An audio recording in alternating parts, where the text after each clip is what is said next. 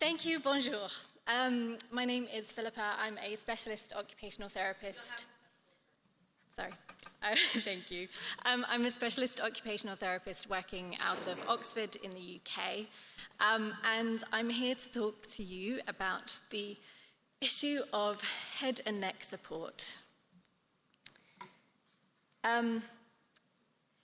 So we know that this is an issue for many of the patients that we support. The neck weakness, the dropped head syndrome, it's a really difficult one to overcome.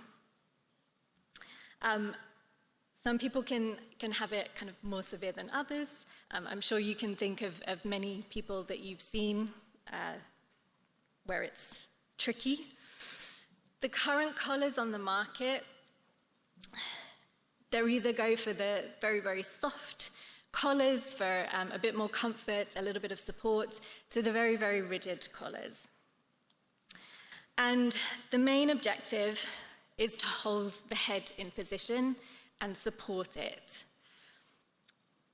They're designed to limit the movement of the head. Some of the collars do have some slight flexibility within them. So you can kind of speak, you can eat if there's a little bit of flexibility, but it is pretty tricky. And many people describe feeling them too restrictive, causing other complications where they can't fully eat, they can't fully communicate. There's a risk of, if you prescribe them too early, a risk of increasing muscular weakness. And people report that they would like to wear them more if only they were more comfortable. So I wanted to talk to you today about 3 examples where we came across difficult functional needs where we needed to think a little bit differently. So I'd like to introduce you to Mrs. A. She has MND, ALS, or actually MND, because she's had it for over 20 years. She has had significant head drop. She's incredibly kyphosed in the thoracic spine, and she's got musculoskeletal changes. I am never going to be able to support her head into a fully upright, neutral position. It's just not going to happen. There's too many changes that have occurred, and she's getting significant pain if I try and do that. She's still mobile, so she's still walking, and she has tried every single collar that is out there multiple times, and she just hasn't got on with any of them. We were trying different collars, and we could, because her head was so significantly dropped, we could kind of just about squeeze some in under the gap, but it was just causing too much pain and too uncomfortable. I found a little gel pad, so I tried that with her, but that was too hard. So what do? I'm an OT, I get out my sewing machine. So I arrayed my stash of fabric. I found some lycra that I had lying around. I found some stuffing from an armchair cushion that I'd taken out from another patient. And I create this little foam pad. So it's fairly basic, right? I create a little zip at the front so we can kind of adjust the amount of foam that goes in. She's got a really slim, slender neck, so the strap doesn't need to be huge. We stick some Velcro on it, we give it a go. And she's very patient with me as we try different configurations and different shapes. I'm going to try and shape it to her neck as best I can. So this is Mrs. A.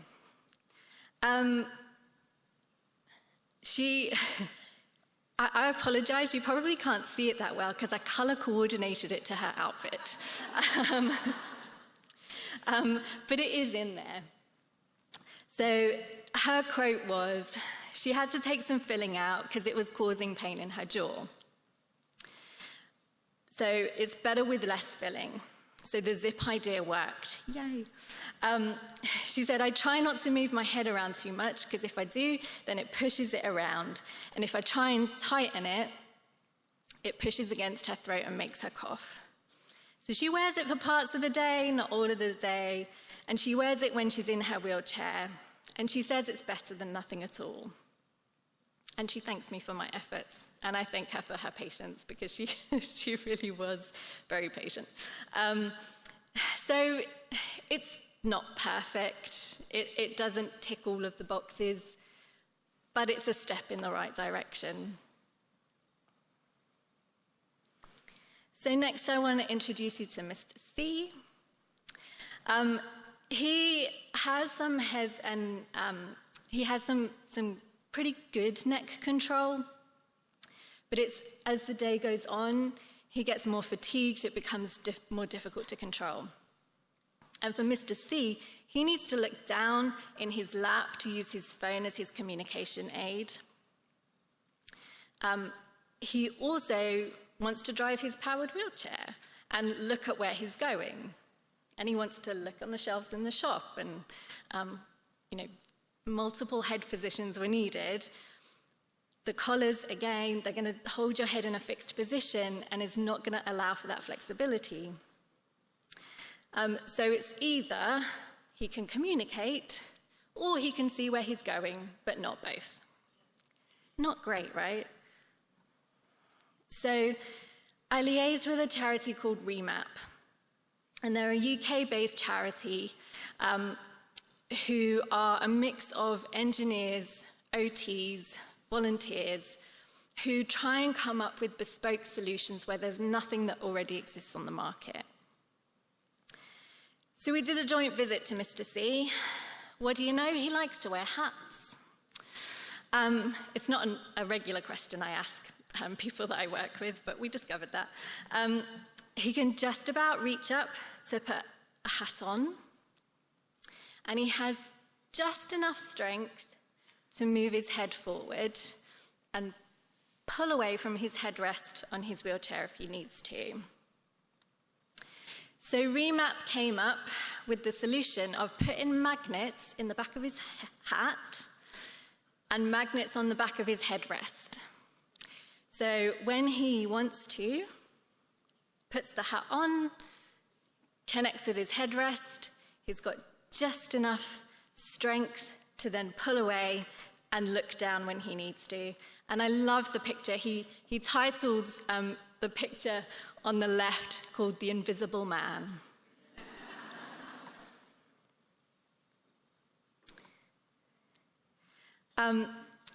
So Miss S now.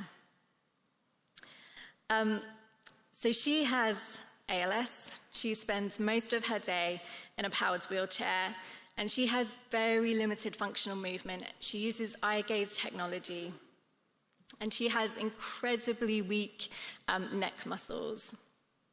And her head falls forward as well as back. It's incredibly weak, probably one of the weakest necks that I've seen. She needs to be able to chin tuck to swallow her saliva, and she still likes to take small spoonfuls of liquids, and she needs to chin tuck to be able to swallow that. But once her head is down to do that, she can't lift her head back up to then use her eye gaze and be in that comfortable position. So she has to rely on her carers to come and do that for her by literally pushing on her forehead to lift her head back up. Remap to the rescue again. So I call up Remap with, if I'm honest, I thought it was a bit of an impossible ask. I thought, what are they going to come up with that can solve this issue? I had underestimated Remap. I met the amazing Derek Jones, who is a retired engineer, who spent so long and various prototypes in order to try and come up with a solution that would help Miss S. So he came up with the idea of a 3D printed frame with a motor to help lift up her head. And we were thinking about, okay, that's great. She can have a motor to help kind of lift her head up. How is she going to control that? She had a little bit of adduction in her knees. So we were able to link a switch that sat between her knees. So when she wanted to maneuver her head down, little squeeze of the knees, the frame went down, little squeeze of the knees, and it popped back up again. So if you can kind of see how this works, I think I was hoping that there might have been a video link so you could see it in action. But yeah, so that's in the up position. She squeezes her knees and it lowers down, and then she just squeezes and it lifts it back up, which, yeah, was amazing. 3D printing, who knew? So my learnings. We really need to understand what somebody wants to do before we can start to work out best ways of how to support them. And recognizing that people use we use our heads in different ways. We put them in different positions for different things, and we need to work out, okay, what positions do we need our head in? There might be different head supports for different tasks and different times of day, and we need to think creatively. And I know my way around a sewing machine. I know nothing about 3D printing. It blows my mind. Don't understand it at all, but I know someone who does. And patience and perseverance, this is a really tricky one to try and overcome. There are no perfect solutions, and one size doesn't fit all. And just a huge thank you to Mrs. A, Mr. C, and Miss S for allowing me to share their pictures, to remap the charity, in particular to Derek Jones, Gordon, Neil, and Phillippa, not me, I'm not thanking myself, there's another Phillippa, for volunteering their time and expertise, and just the sponsors who helped me to come here today. Thanks. Thank you. That was really great. Like everyone you were describing, we could all, I think, in the audience say, oh, yes, I know that person. And now I have an idea. I think we all want a remap, too. Yes. So what questions do we have over here? Hi, my name's Steve, husband carer. Since I'm not an engineer, just an accountant, I had to go use pantyhose. So as you can see, Leanne is held up by pantyhose on her headrest, 40 denier. It's very important, and the color is important. Yes. Black is too slippery. Blue is just fine. I was just wondering, and we couldn't find any OTs that could help us, so I had to come up with something. Are those remap frames available? I wish that they were. They make one-off bespoke solutions, and I kind of wish that they would patent some of them and get them out there to other people. But as far as I'm aware, they just don't do that. They just make the particular thing that person needs and then move on.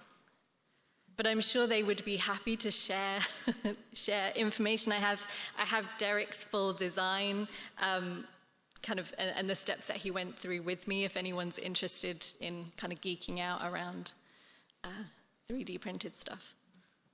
Question online? Yes, thank you. From Helen Carey at the University of St. Augustine for Health Sciences. Thank you for this. The individuality of each of these supports is superb. What are the issues with the head-up collar, formerly known as Sheffield Schnood? I remember this being extensively trialed to positive impact in 2011. Yeah, the Sheffield SNUD, the head-up support, I know I was doing a teaching session with some orthotists last month, and I think there are people that it really suits, and people do like it. Again, it's just horses for courses. I think the material, the size of it can be very off-putting for many people. The temperature of it, people can get quite hot. So I think with a lot of these things, there is no perfect solution, and it is trying a lot of the different things that are out there. So no shade on the Sheffield SNUD, but it's not for everybody. Yeah, I think the individuality of these are what's so important. Down here, Ricardo. Hello, I'm Ricardo again. Thank you for your interesting talking. I was wondering if you have experience in your unit about the use of HeadPod. Do you know HeadPod? Because maybe it could be again a good solution.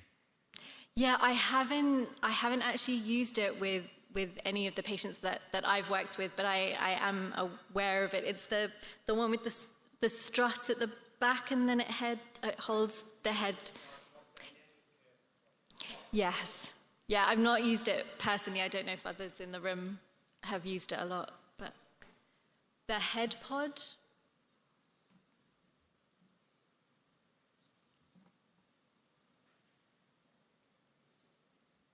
Some frantic Googling on there now, I think. Hi, it's Rachel.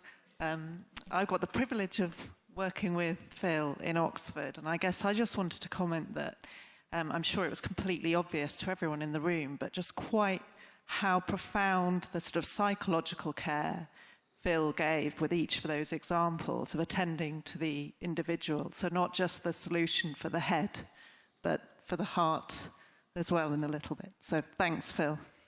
Thank you.